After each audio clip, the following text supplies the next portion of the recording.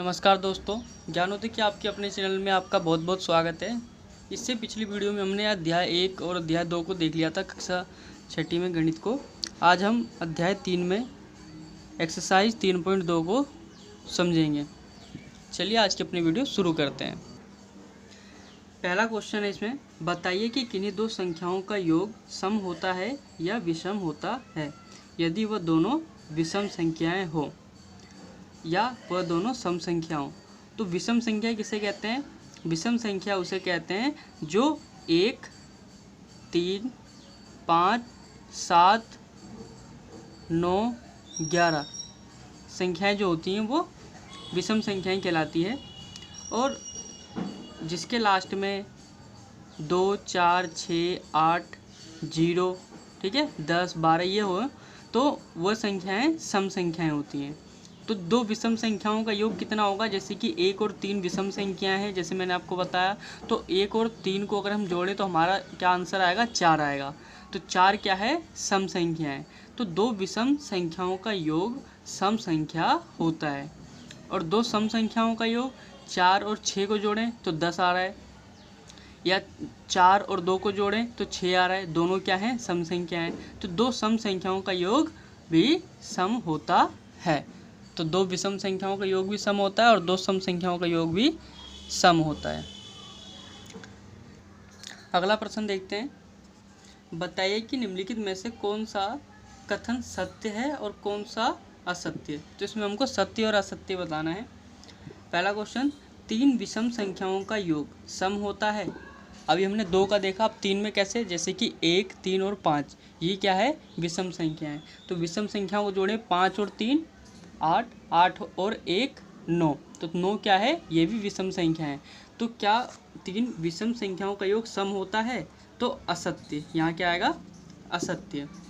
अगला, 2 विषम संख्याएं और 1 सम संख्याओं का योग सम होता है। 2 विषम संख्याएं जैसे 3 और 1 4 हो गए, तो 2 विषम संख्याएं और 1 सम संख्याएं। तो 2 विषम संख्याएं 3 और 1 हो गए हमारे 3 और 1 4, और 4 और 2 6। तो 6 क्या है? हमारा सम संख्या है। तो ये क्या है? सत्य। अगला देखते हैं, 3 विषम संख्याओं का गुणनफल सम होता है। 3 विषम संख्याओं का, तो विषम संख्या जैसे 1, 3 और 5। तो 5 को 3 से गुणा करते हैं, 5 तिया 15, 15 एकम 15। तो ये क्या है? 3 विषम संख्याओं का गुणनफल विषम होता है। तो 15 क्या है? विषम संख्या है। तो ये भी सत्य। यदि किसी सम संख्याओं को 2 से भाग दिया जाए, सम संख्या जैसे 2 है, 2 को 2 से भाग दिया जाए तो भागफल सदैव विषम संख्या होती है। तो हमारा आंसर कितना आया? 1। तो ये जरूरी नहीं है कि हर बार अगर हम किसी सम संख्याओं को 2 से भाग देंगे तो हमेशा सदैव विषम संख्या ही आएगी। कई बार सम संख्या भी होती है। तो ये भी क्या हो गया? हमारा असत्य। इसके बाद अगला देखते हैं, सभी अभाज्य संख्याएं विषम होती हैं। तो जितनी अभाज्य संख्याएं जो खुद के पहाड़े में ही जाती है, जैसे 5 हैं, 3 हैं और 21 हैं, 11 हैं, ये खुद के टेबल में ही जाएंगे। तो जितने भी अभाज्य संख्याएं वो सभी विषम संख्याएं होती हैं। तो ये क्या है? असत्य। ऐसा जरूरी नहीं है। अगला, अभाज्य संख्याओं के कोई गुणनखंड नहीं होते। तो असत्य। अभाज्य संख्याओं के गुणनखंड होते हैं। अभाज्य मतलब जैसे 1 जो खुद के टेबल में ही जाते हैं, जैसे 2, 3, 11। तो इनके गुणनखंड होते हैं, जैसे 1 गुणा 9। अगर 9 का गुणनखंड करें, 2 का गुणनखंड करेंगे तो 1 गुणा 2। तो गुणनखंड तो होते ही हैं। अगला क्वेश्चन है हमारा, 2 अभाज्य संख्याओं का योग सदैव सम होता है। तो जरूरी नहीं है, कई बार सम भी होता है और कई बार विषम भी होते हैं। केवल 2 ही एक सम अभाज्य संख्याएं हैं। तो सत्य। सभी सम संख्याएं भाज्य होती हैं। असत्य। सभी सम संख्याएं भाज्य संख्याएं हैं। तो ये क्या है? असत्य है। दो सम संख्याओं का गुणनफल सदैव सम संख्या होती है, तो इसका आंसर है सत्य। जैसे कि 4 और 2 सम संख्या है, 4 दूनी 8, तो हमेशा आंसर क्या आ रहा है, 8 आ रहा है, जो कि एक सम संख्या है। अगला क्वेश्चन देखते हैं। अगला क्वेश्चन, संख्या 13 और 31 अभाज्य संख्या हैं।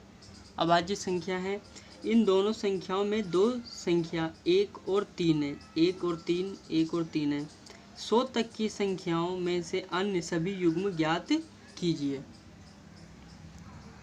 तो हम ये देख सकते हैं कि अभाज्य संख्या वह संख्या है जो खुद के पाड़े में ही आती हैं, जैसे कि 2, 3, 5, 7, 11, 13, 17, 19, 23, 29, 31, ठीक है। इसी प्रकार से जैसे 31 है, 1, 3, 3 और 1 31, और 1 और 3 13, मतलब इसमें संख्याओं का चेंज हो गया और दोनों अभाज्य संख्याएं हैं।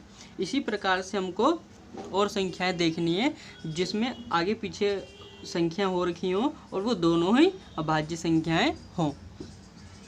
तो देखते हैं।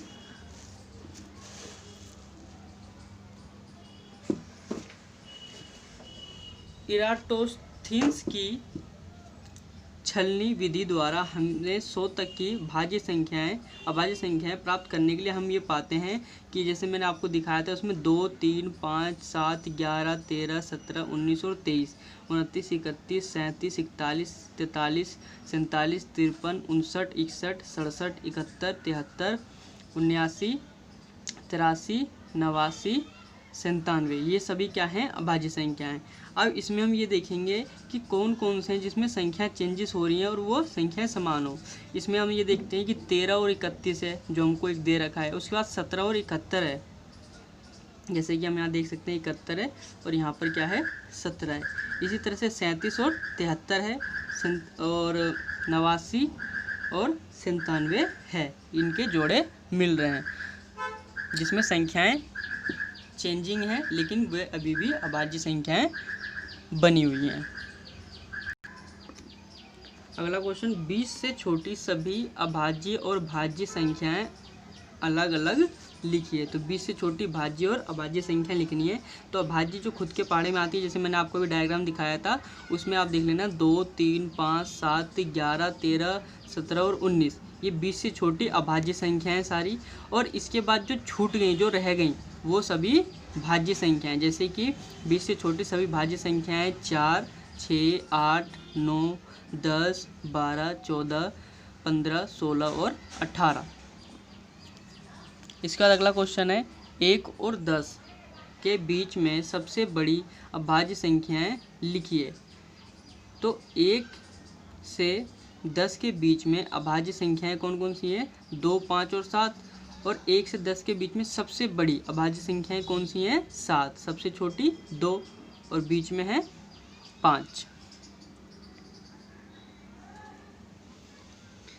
निम्नलिखित को दो विषम अभाज्य संख्याओं के योग के रूप में कीजिए। विषम अभाज्य किसे कहते हैं, जो विषम संख्याओं जिसके लास्ट में 1, 3, 5, 7, 9 आए, इसके साथ साथ वो अभाज्य संख्याएं भी हो, तो उसको विषम अभाज्य कहते हैं। तो इनको इस तरह से लिखना है जो विषम अभाज्य के रूप में हो। तो आपको इसमें क्या करना पड़ेगा, जो डायग्राम आपको मैंने दिखाया था वो डायग्राम में से ही आपको देखना पड़ेगा। जैसे 13 और 31 हैं, दोनों क्या हैं, विषम संख्याएं, इसके साथ साथ अभाज्य संख्याएं। अगर दोनों को जोड़ते हैं तो हमारा 44 आंसर आता है। ये आपको खुद से ही करना पड़ेगा।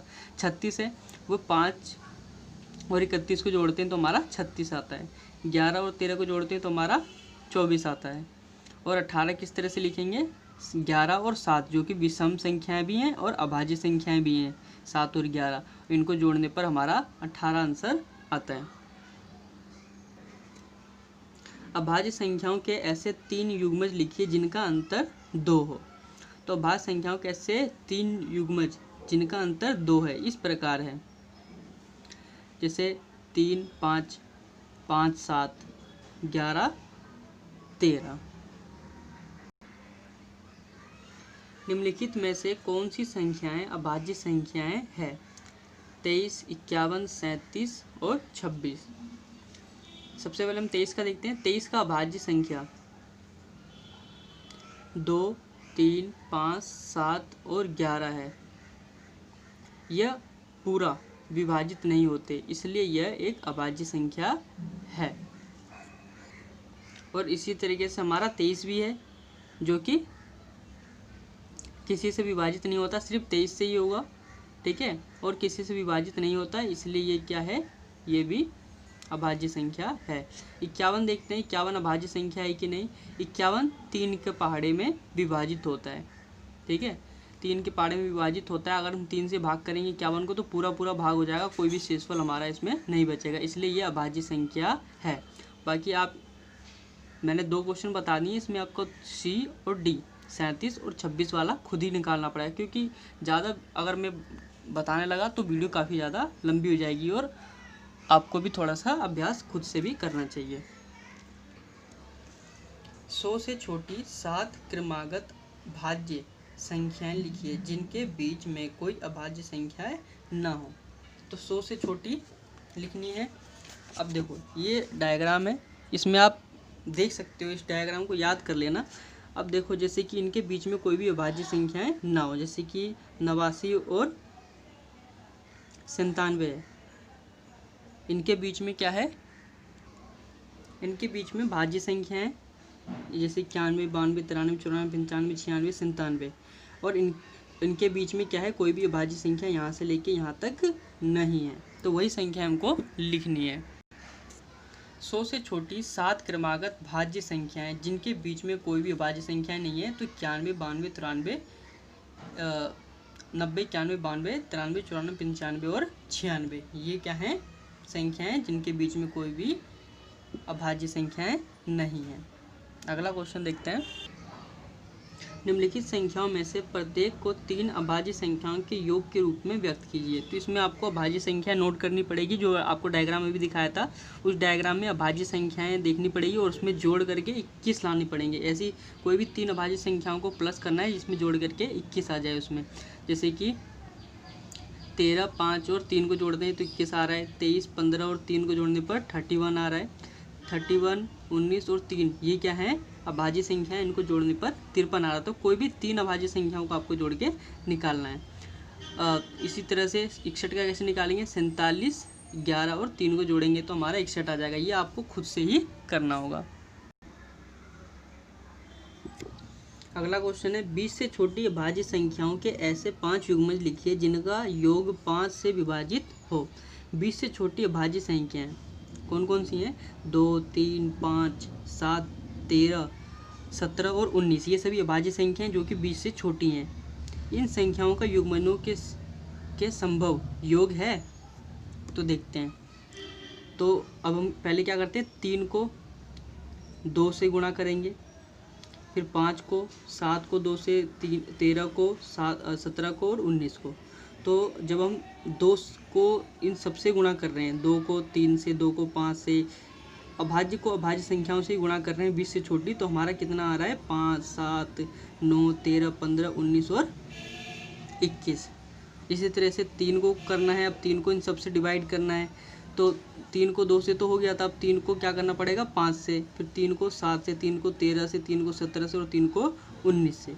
तो हमारा क्या आया, 3 को जब हम 5 से किए तो हमारा प्लस आया 8, 7, 3, 10, 11, 3, 14, 13 और 3, 16, 17, 3, 20, 19, 3, 22।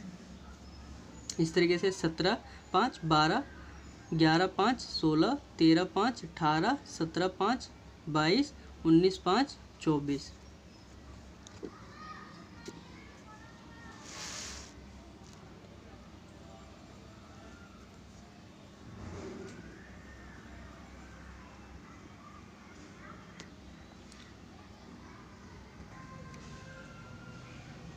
ग्यारह 7, 18, 13, 7, 20, 17, 7, 24, 19, 7, 26, 13, 11, 24, 17, 11, 28, 19, 11, 30, 19, 17, 36, 17, 13, 30 और 19 और 13, 32।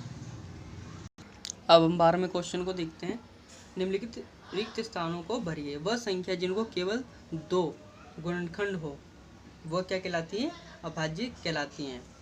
वह संख्या जिनके 2 से अधिक गुणनखंड हों वो भाज्य कहलाती हैं। 2 से अधिक गुणनखंड हो तो एक ना तो भाज्य संख्या है और ना ही अभाज्य संख्या है। सबसे छोटी अभाज्य संख्याएं 2 होती हैं, ठीक है। शुरू की जो 2 है वो अभाज्य संख्या सबसे छोटी। सबसे छोटा भाज्य संख्या क्या है? 4। और सबसे छोटा सम संख्या भी 2 होती है। तो मैं आशा करता हूँ आपको ये वीडियो अच्छे से समझ में आ गई हो। अगर आपको वीडियो अच्छे से समझ में आओ प्लीज़ वीडियो को लाइक करें, चैनल को सब्सक्राइब करें और ज़्यादा से ज़्यादा लोगों तक वीडियो को शेयर करें। Thank you.